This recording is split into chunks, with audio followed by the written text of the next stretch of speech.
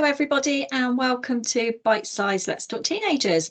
So we're Emma Stevens and Chloe Pope from the Safety and Resilience Consultancy, and we're hoping that you've been to other sessions of ours or watched the introduction video, as we've just got 20 minutes to talk to you about the complex and difficult area of community risks that your young people might be facing. We do talk about domestic abuse, drugs, sexual assault and radicalisation in this session, so please don't watch if this may be difficult for you. So tough subjects to talk about, and you may be thinking that you don't need to know this. You really do. Preparation and knowledge is so vital when living with teenagers. We often find that when talking about exploitation, the language and descriptions used can change. However, the basic premise stays the same. Child exploitation is an adult targeting a child and abusing their power for their own needs. Whether it's sexual exploitation, labour exploitation, or criminal exploitation and county lines, your children should never be blamed for the abuse that they're experiencing.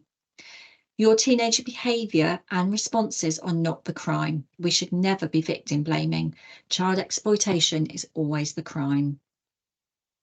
So firstly, we want to explore what's happening in our communities and how this could impact on your teenagers. Around 313,000 children in the UK are thought to be involved in criminal activity, but only a small percentage of those are known to or working with services. And across the UK, hospitals saw nearly 80,000 under 18s with stab wounds in a 2-year period. Issues we'll talk about tonight, such as county lines, can affect all of our young people. So please don't be drawn into a false sense of security that it's just those who already live in challenging situations or areas.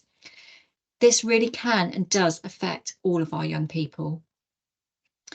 So what is county lines? Well, you may have heard the expression before, maybe from the news, from social media, or from safety campaigns. And your teenagers will most certainly have had some information from school. But as parents and carers, you might not have had much detail shared with you, yet you are the frontline security in protecting your teenagers.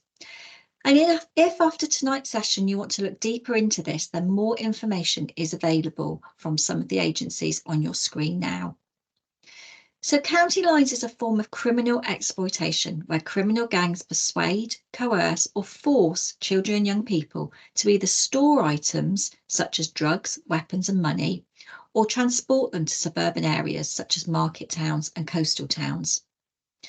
County lines is an issue that can lead to serious physical and emotional harm to young people. We're seeing younger and younger children being approached to carry drugs and knives. And this is because they're less likely to be stopped by the police and they're much easier to coerce and threaten. There are cases now of 5- and 6-year-olds in large cities being targeted and recruited.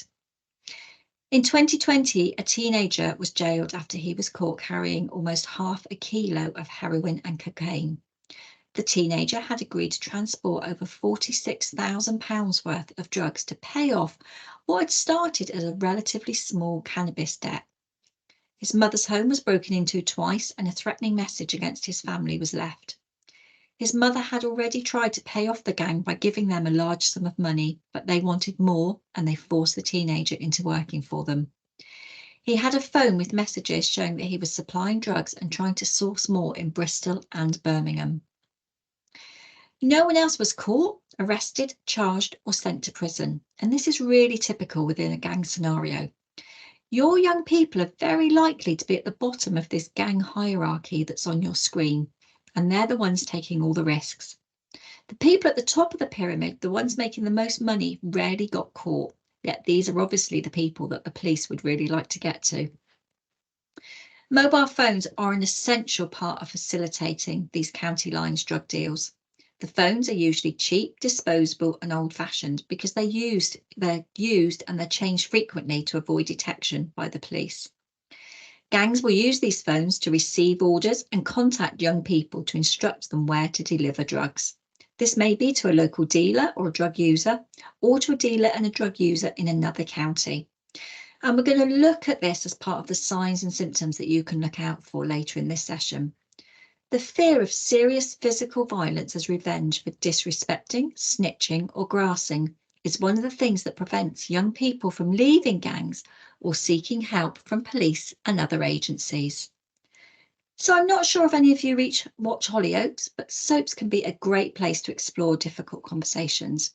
They are great conversation starters, and Hollyoaks tackled county lines really well a few years ago. If you go into YouTube and you type in Ella and Juliet drugs, a really good scene will load for you to watch. Try watching it with your teenagers and gather their views on it. So gangs like new recruits, children with no previous criminal history, and they refer to these young people as clean skins. So young people with no prior police involvement, often from families not involved with any agencies, probably your young people. For example, your teenager may be at a party and be offered something to smoke, maybe some weed. They accept this and they smoke it, assuming that it's free. They then get asked to pay for it at an overinflated price. They've got no money on them, but the friend that gave it to them wants paying and threatens them if they can't pay. They may be offered another way to pay off this debt, such as selling something to another friend. Lots of young people who get into real trouble this way feel too embarrassed and they can't bring themselves to ask friends or their parents for support. They may feel that their parents have enough money worries and they don't want to ask for any more money than they need to. They may feel that their parents have other concerns as well as money that they're worried about. And they might receive threats from the gang such as, I know where your little sister goes to school, or I know where your mum works.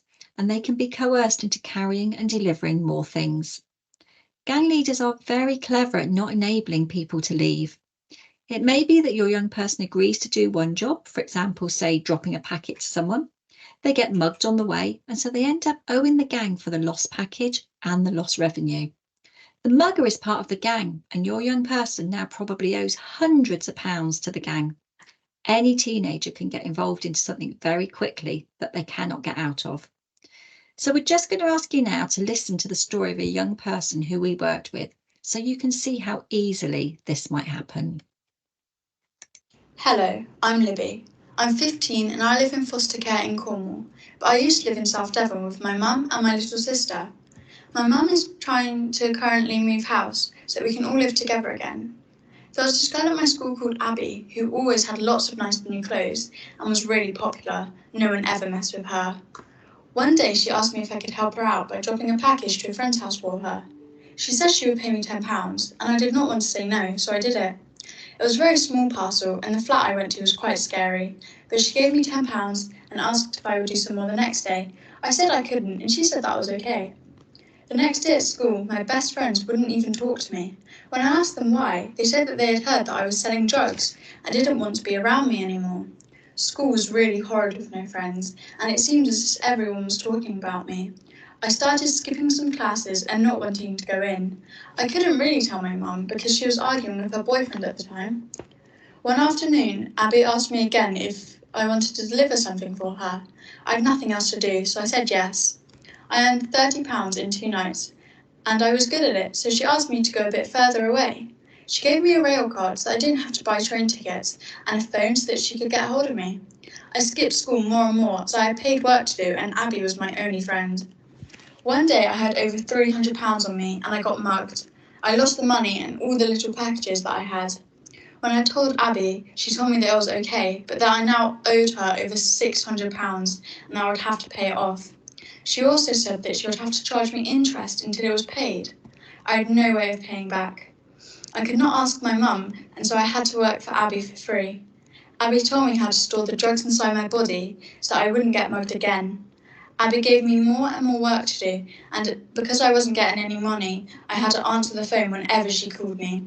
She threatened to stab my little sister if I didn't keep working for her, so I had no choice. She told me that I could pay the money back faster in other ways by being nice to some of her male friends. I didn't want to do it, but I needed a way out. They got me very drunk and recorded some of the things they made me do. Abby threatened to post the video online for all my friends to see if I stopped working for her. My mum was getting really cross with me.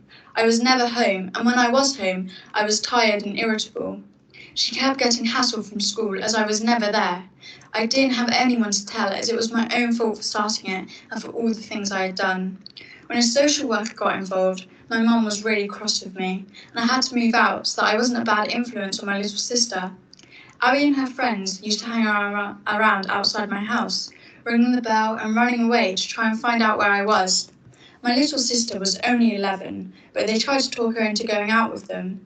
When I moved area and had a social worker, Abby tried to contact me, but it was harder for me to go anywhere, so she finally left me alone.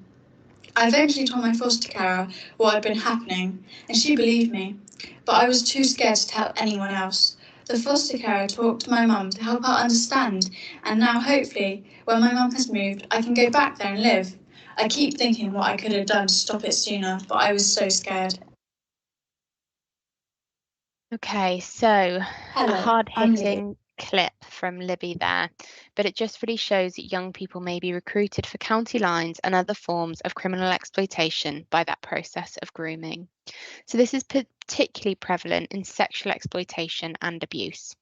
At the targeting stage, the exploiter befriends the young person and gains their trust, often love bombing them and making them feel noticed and special.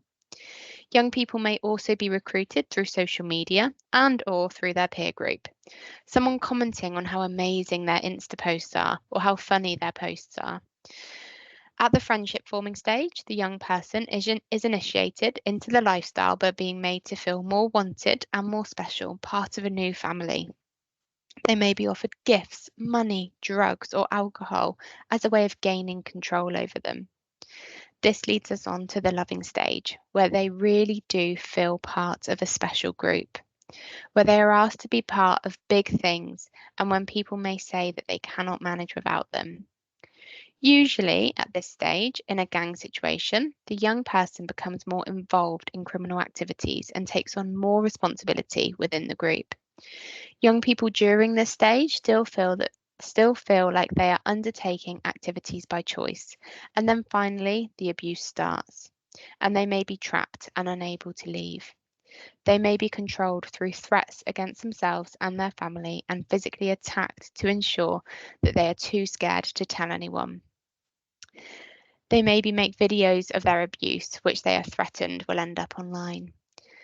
This grooming can take anywhere from a few minutes to months and sometimes even years, especially when we relate it to domestic abuse. So, unfortunately, you are unable to protect your children from absolutely everything.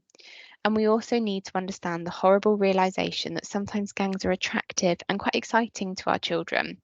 Think about the movies such as The Fast and Furious or the games that they play online on their Xbox. Gangs are glamorous and edgy, all things that are attractive to our young people. There is no magic wand, but from working with parents whose children have been involved in gangs and exploitation, there are some signs you can look out for that might suggest your son or your daughter are involved in something that we would prefer them not to be. You know what usual behaviour is, and you will spot any significant changes.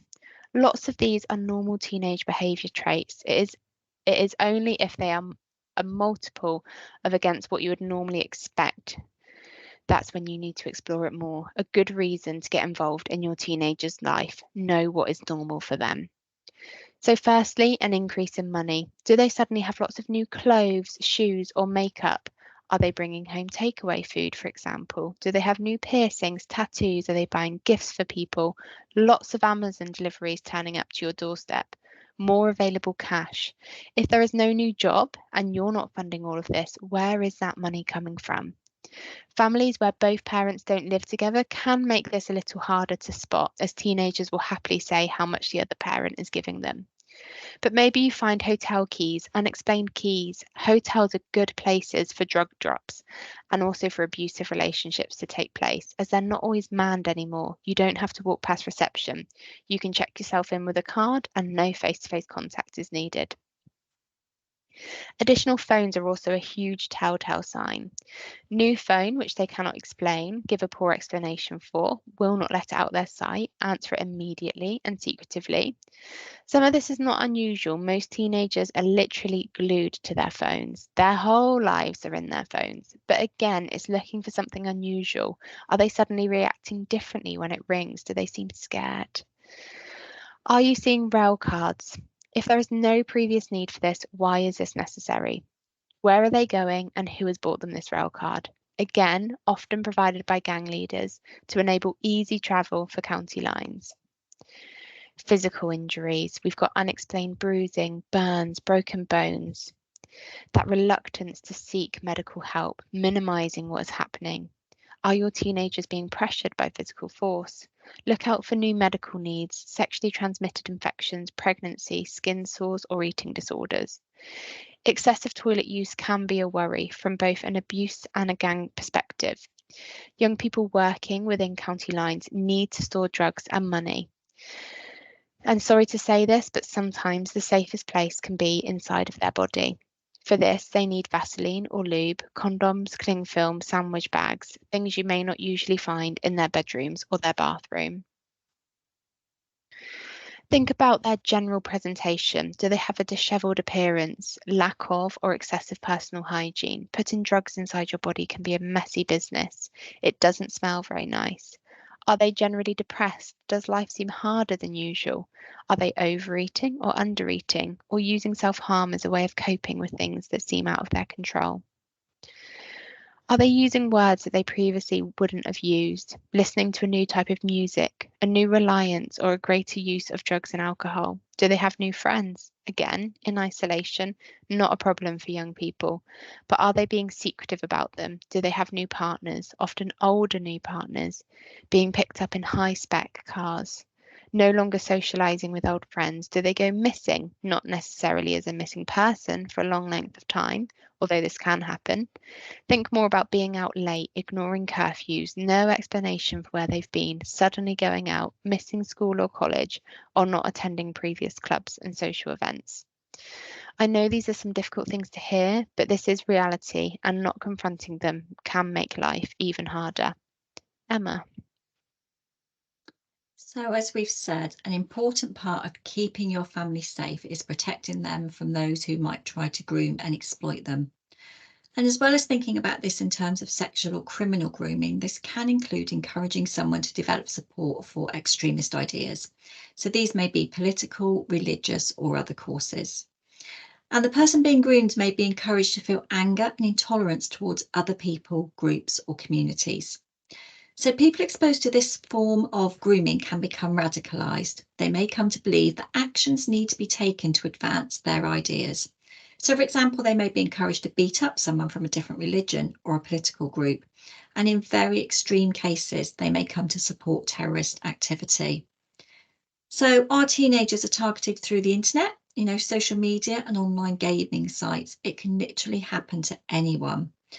Figures from the UK counter-terrorism police show that 1 in 5 of those arrested now for terrorism-related offences are under 18. So more and more of our young people appear to be taking elements of existing extreme viewpoints and merging them together to create these new ideologies. Radicalisation can happen from anything from a few days to a few years, and the signs to look out for are similar to any kind of online grooming. So a list of which are up on your screen again now.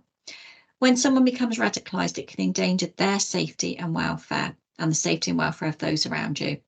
And it's something as a parent that you might not have thought about. So there's a few links up on the screen now as well to help you understand this a bit more. There's short clips to watch some of them, but by intervening early, you can ensure that the person you're concerned about receives support to keep them safe. So we've heard about the challenges that some of our young people or their peers could face, some of them not very nice. But what do we do now? How do we actually keep them safe? Well, obviously, need to talk to your teenagers. Obvious, but often overlooked. Our lives are busy, aren't they? And it's easy to miss what's going on in your teenagers' lives.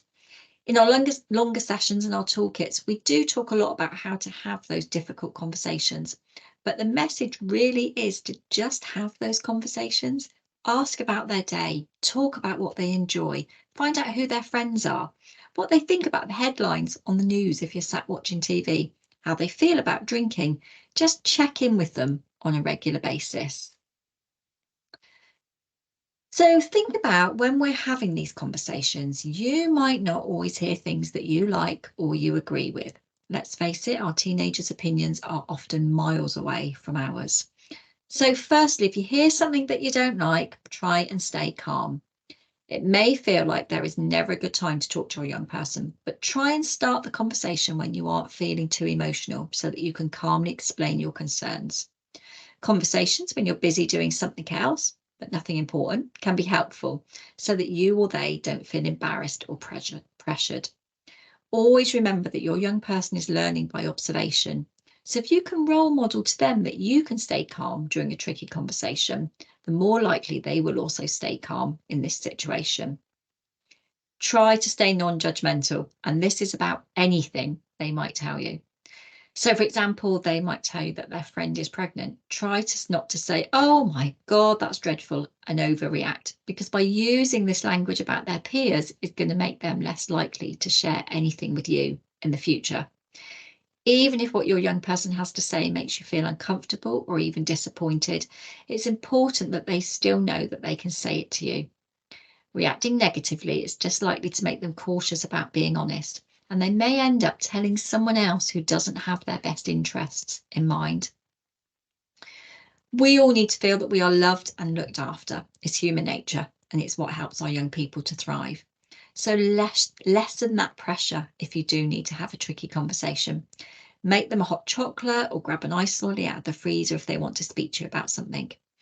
If they're experiencing stress or going through a tricky period, something as simple as opening the window for them or making dinner can make a real difference.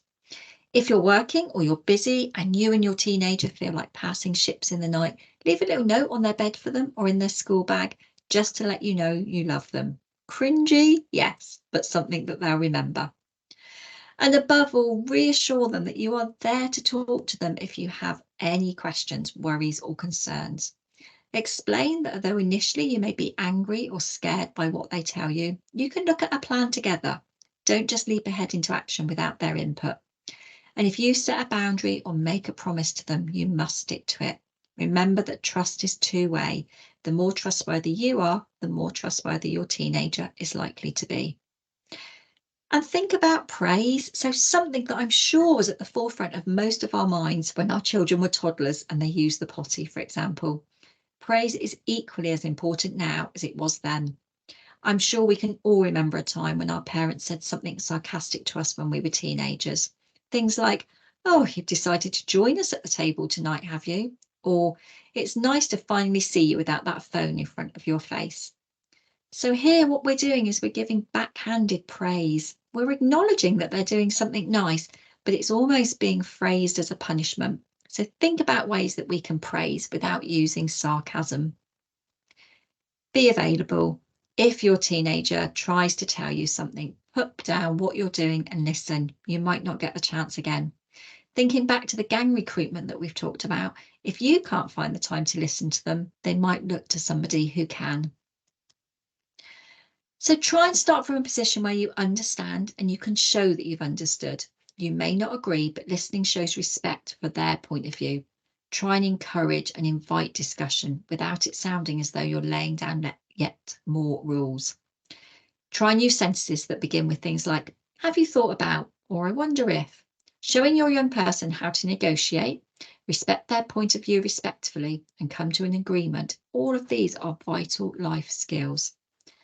And finally, keep going. So listen, listen, and listen again. We're just going to show you a very short 30-second clip now to remind us all of the importance of listening.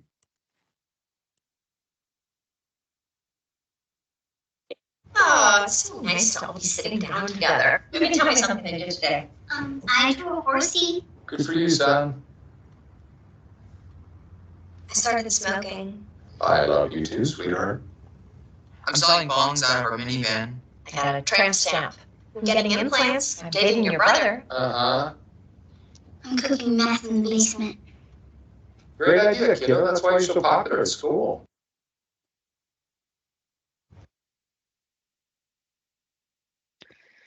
So just a light-hearted clip there, just to remind us of how important it really is to listen to what our children are saying. We want to finish this recording with safety. So firstly, safety planning is absolutely an ongoing conversation.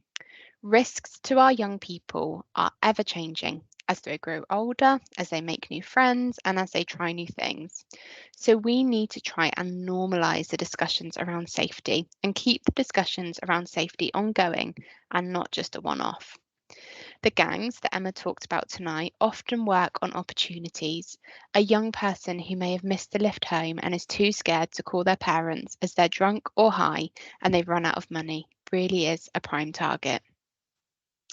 I think it's important to recognise here that a lot of the things that I talk about now, you probably already do, but there might just be a few things that you haven't thought about before, potentially just because you haven't needed to. So take yourself back to their age. Think of some of the stuff that you knew when you were their age, or some of the stuff that you were doing or your friends were doing. Did your parents always know what you were up to? Did you find yourself in some risky situations?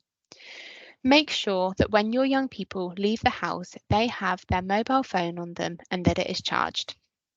The one time that they need their phone is bound to be the time that it's dead. Think about routines in your home for charging phones. Could they keep a spare charger in their bag so that it can be charged at a friend's house or in the car, for example? Have conversations around how important this is and your expectations of them only going out if their phone is with them and fully charged. It is also important to have a rough idea of our young person's whereabouts. It's also good to get a rough idea on when they're planning on returning home, or at least when you want them to be home by. They might not be honest with you. I'm sure that we can all remember a time that we've lied to our parents as teenagers, but it's still worth an ask. It also creates that open environment of us being curious as parents and encouraging those discussions around staying safe. We all have different opinions on location trackers and Snapchat maps, for example. But when young people first have access to phones, these are the conversations to have. So, for example, is having their location on a real deal breaker for you? If older teens are reluctant to give up this privacy and share their location, make sure that you have details of a friend who would have them on Snap Maps or something similar. Encourage them to leave any situation if they feel unsafe and have a plan of what to do next. This is where a secret emergency phrase between the both of you can be really helpful. This phrase can be used when your young person can't talk in front of others and needs you to come and get them or needs your help.